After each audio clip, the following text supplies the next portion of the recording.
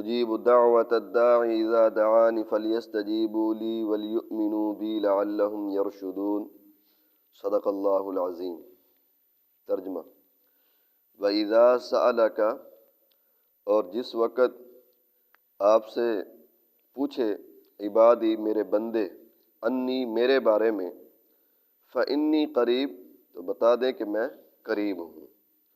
اجیب دعوت الداعی، میں دعا کرنے والے کی دعا کو قبول کرتا ہوں، اذا دعانی، جب بھی مجھ سے دعا کرے، فلیستجیبوا لی، بس مجھ سے دعا کرو، ولیؤمنوا بی، اور میرے اوپر ایمان لاؤ، لعلہم یرشدون، تاکہ تم ہدایت پا جاؤ۔ اس آیت کا بھی شان نزول ہے۔ ایک دیہاتی حضور نبی کریم صلی اللہ علیہ وسلم کے پاس آیا اور آ کر کہنے لگا کہ اللہ کے نبی، آپ ہمیں بتائیں کہ ہمارا رب قریب ہے کہ فنناجیہ، ہم اس کو آہستہ آہستہ جو ہے وہ پکار لیں، ام بعید فننادیہ، یا دور ہے ہم زور زور سے جو ہے پکاریں، آوازیں دیں۔ تو حضور نبی کریم صلی اللہ علیہ وسلم خاموش رہے، تو اللہ تعالیٰ نے یہ آیت نازل فرما دی، جس کے اندر یہ آتا ہے کہ اللہ تعالیٰ نے فرمایا کہ میں قریب ہوں۔ اور اس آیت کا پچھلی کے ساتھ تعلق ویسے تو ساری آیتوں کا ہے، اس کا خاص طور پر بھی کہ اللہ تعالیٰ نے پچھلی آیت کے اندر کہا کہ وَلِتُكَبِّرُوا اللَّهَ، اللہ کی بڑائی بیان کرو، اور بڑائی کے اندر یہ بھی آتا ہے کہ انسان اللہ تعالیٰ سے دعا مانگے، کیونکہ مانگا اسی سے جاتا ہے جو بڑا ہوتا ہے، جو دے سکتا ہے، دیتا ہے۔ اور پھر پچھلی آیت کے اندر رمضان کے روزوں کا ذکر، آگے پھر رمضان کے روزوں کا ذکر، اس آیت کے بعد اگلی آیت کے اندر بھی روزوں کا ہی ذکر ہے۔ درمیان میں یہ آیت جو ہے دعا کی آئی ہے، اس لیے کہ رمضان المبارک کے مہینے کے اندر کثرت کے ساتھ انسان اللہ کی عبادت اور اللہ تعالیٰ سے دعائیں مانگتا ہے، اور رمضان المبارک کے اندر اللہ تعالیٰ کی رحمت اور اس کی برکتیں بہت زیادہ جو ہے وہ آ رہی ہوتی ہیں۔ اس کی مثال رمضان المبارک کی سمجھانے کے لیے علماء فرماتے ہیں کہ رمضان کا موسم ایسا ہی ہے جیسے موسموں میں سے بہار کا موسم اچھا لگتا ہے، اور اسی طرح رمضان کی مثال ایسے ہی ہے جیسے یوسف علیہ السلام کے 11 بھائی تھے، 12ویں یوسف علیہ السلام تھے، یہ سب مل کر 12 بھائی تھے، تو ان 12 بھائیوں میں سے جیسے یوسف علیہ السلام کی شان ہے، تو اسی طرح 12 مہینوں میں سے رمضان المبارک کی عظمت اور شان ہے۔ اور ایک جو ہے محدث کے حوالے سے لکھا ہوا تھا، ترمذی شریف کے حوالے سے، کہ اس میں آتا ہے کہ جو رمضان المبارک کے مہینے کے اندر ایک تسبیح کرتا ہے تو اللہ تعالیٰ اس کو 1000 تسبیح کے برابر ثواب عطا فرماتے ہیں۔ اور یہ تو حدیث مشہور ہی ہے کہ رمضان المبارک کے مہینے کے اندر اگر کوئی آدمی نفل پڑھتا ہے تو اللہ تعالیٰ اس کو فرض کے برابر ثواب عطا فرماتے ہیں، اور اگر کوئی ایک فرض پڑھے تو 70 فرضوں کے برابر ثواب عطا فرماتے ہیں۔ اور فرض کی کتنی اہمیت اور کتنا جو ہے وہ اس کا اجر اور ثواب ہے، اس کو آپ اس سے اندازہ لگا سکتے ہیں۔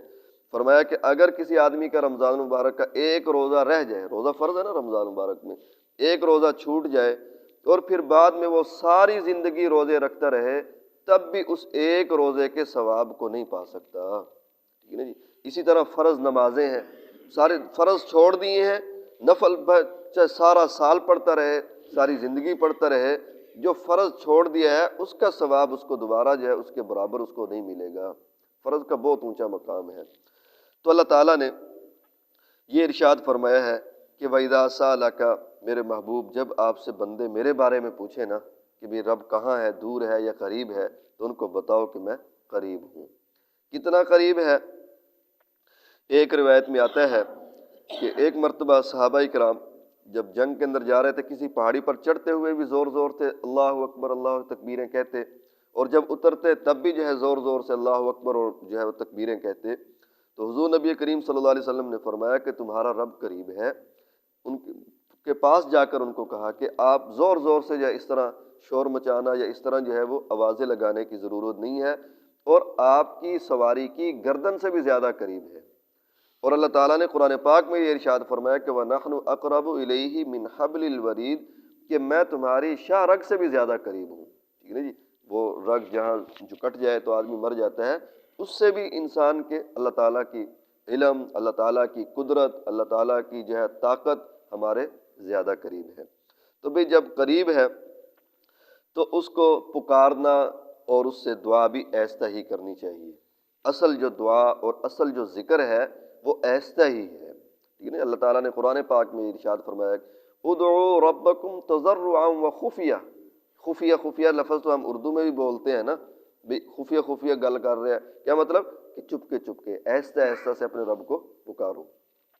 اور حضرت زکریا علیہ السلام کی جہاں دعا یہ ہے وہاں بھی یہی ہے کہ نداء خفیہ، چپکے سے جو ہے ایسا سے اپنے رب کو انہوں نے آواز دی، پکارا، دعا مانگی۔ تو دعا کے اندر، ذکر کے اندر اصل یہی ہے کہ ایسا کیا جائے۔ ہاں، جہاں اللہ تعالیٰ نے بلند آواز سے ذکر کرنے کا حکم دیا وہاں بلند آواز سے کرنا چاہیے، جیسے اذان ہے، یہ بھی اللہ تعالیٰ کا ذکر ہے، بلند آواز سے جتنا ہو سکے زور لگائے آدمی۔ اور تکبیر ہے، یہ بلند آواز سے۔ اسی طرح مزدلفہ کے اندر اور اسی طرح یہ جو قربانی کے دن ہوتے ہیں تکبیرات کہیں پڑھی جاتی ہیں، اس کے اندر جو ہے بلند آواز سے تکبیرات پڑھنی چاہیے۔ آدمی قربانی کی جو ہے عید پڑھنے کے لیے جب آئے، راستے کے اندر بھی جو ہے بلند آواز سے تکبیریں پڑھتا آئے اور پڑھتا ہوا جائے۔ تو جہاں پر حکم ہے وہاں پر بلند آواز سے پڑھنی ہے، اور جہاں پر یاد رکھیں کہ آپ کے بلند آواز سے پڑھنے سے یا بلند آواز سے دعا مانگنے سے کسی کی نماز خراب ہو رہی ہو، کسی کو تکلیف ہو رہی ہو، تو وہاں پر جو ہے یہ بلند آواز سے جو ہے ذکر کرنا یا بلند آواز سے دعائیں مانگنا صحیح نہیں ہے، کیونکہ مسلمان کو تکلیف سے بچانا، اذا سے بچانا زیادہ ضروری ہے، زیادہ لازم ہے۔ تو دعا بھی جو ہے ایسا، ہاں جو ہے سکھانے کے لیے یا سب کو دعا کے اندر شریک کرنے کے لیے کہیں مجلس کے اندر بلند آواز سے بھی دعا مانگی جاتی ہے، ایسی کوئی بات، جیسے جمعے کے موقع پر دعا مانگتے ہیں یا ہم نماز کے بعد دعا مانگتے ہیں، تو کبھی زور سے کبھی آہستہ بلند آواز سے، اسی لیے تاکہ سننے والے بھی جو ہے ان کو پتہ چل جائے کہ بھی اس طرح دعا مانگنی چاہیے۔ تو دعا کی قبولیت کے لیے بھی 3 شرطیں ہیں، پہلے طور پر بنیادی طور پر یاد رکھیں۔ دعا کی قبولیت کے لیے پہلی شرط یہ ہے کہ انسان روزی حلال کی ہو۔ اگر حرام کی ہو، جیسے پیچھے بھی آیا ہے کہ انسان یا رب کرتا رہے، اللہ تعالیٰ اس کی دعا کو قبول نہیں کرتے، کیونکہ اس کا کھانا پینا اور اس کا جو ہے لباس حرام کا ہوتا ہے۔ پہلی چیز دعا کی روزی حلال کی ہونی چاہیے۔ دوسری بات یہ ہے دعا کی قبولیت میں کہ انسان جو ہے گناہ اور قطع رحمی کی دعا نہ مانگے، ٹھیک ہے نا جی۔ گناہ کی بعض لوگ دعا مانگ، میرا جوا لگ جائے، ٹھیک ہے نا جی، اس نے جو ہے فلاں آدمی آج مجھے رشوت دے دے، یا یہ ہے کہ قطع رحمی، میرا بھائی مر جائے، میرا فلاں مر جائے، ٹھیک ہے نا جی۔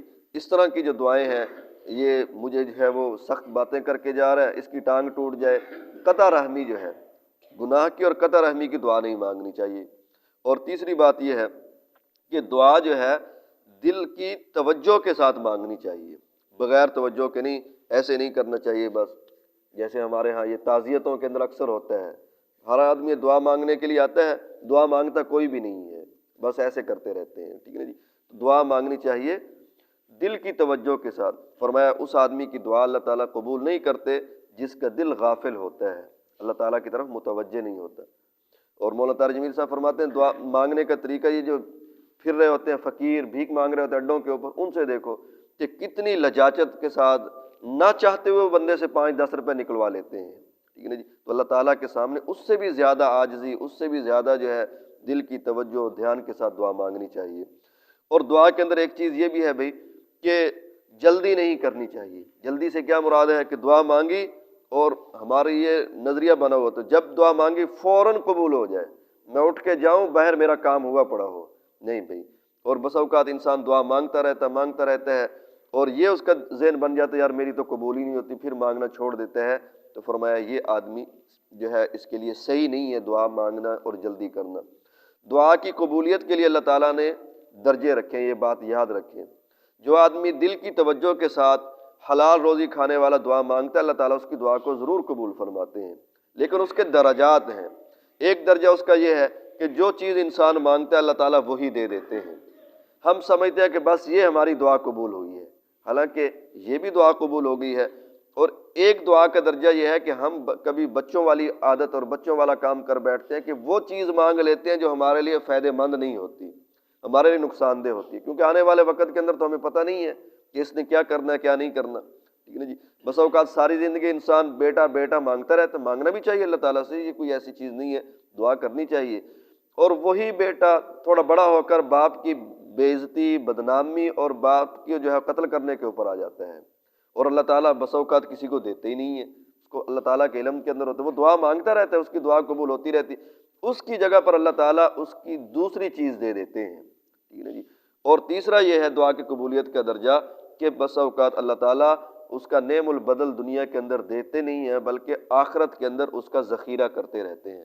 اور ایک جگہ میں نے حدیث میں پڑھا تھا کہ جب آخرت میں دعائیں مانگنے والوں کو، جن کی دعا دنیا کے اندر قبول نہیں ہوئی تھی، ان کو جب اجر دیا جائے گا اس دعا کا، تو وہ خواہش کریں کاش کہ دنیا کے اندر ہماری کوئی دعا بھی قبول نہ ہوتی.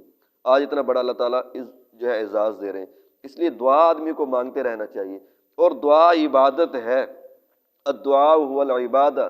اور ایک حدیث میں ہے کہ الدعاء مخ العبادہ، کہ دعا عبادت کا مغز ہے. جیسے بادام اور جو چیزیں ہیں ان کا مغز اصل ہوتا ہے، تو اسی طرح عبادت کا مغز بھی دعا ہے. خصوصیت کے ساتھ دعا مانگنی چاہیے. اور فرمایا کہ اجیب دعوت الداعی اذا دعان، جب بھی تم مجھ سے دعا کرو گے میں تمہاری دعا کو قبول کروں گا. تو بھئی جو میرا رب ہر وقت ہماری دعا کو قبول کرنے کے لیے بیٹھے ہوئے، ہمیں کہیں اور جانے کی کیا ضرورت ہے؟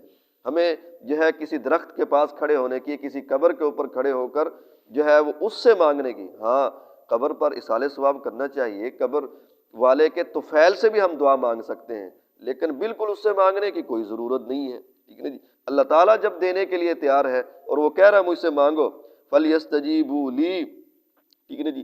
اور چاہیے کہ میری عبادت کرو، مجھ سے دعا مانگو، ٹھیک ہے نا جی. وَلْيُؤْمِنُوا بِي، اور میرے اوپر ایمان لے کر آؤ. لَعَلَّهُمْ يَرْشُدُونَ، جب یہ تم کرو گے کہ میری عبادت کرو گے.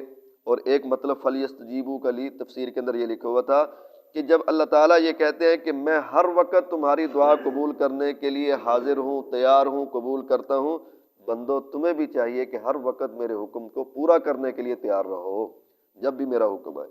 اور فرمایا لعلہم یرشدون، تاکہ تم رہنمائی حاصل کرو، ہدایت پا جاؤ. اللہ تعالیٰ سے دعا ہے کہ اللہ تعالیٰ ہم سب کی جائز حاجات کو قبول فرمائے اور زیادہ سے زیادہ ہمیں دعا کرنے کی توفیق نصیب فرمائے.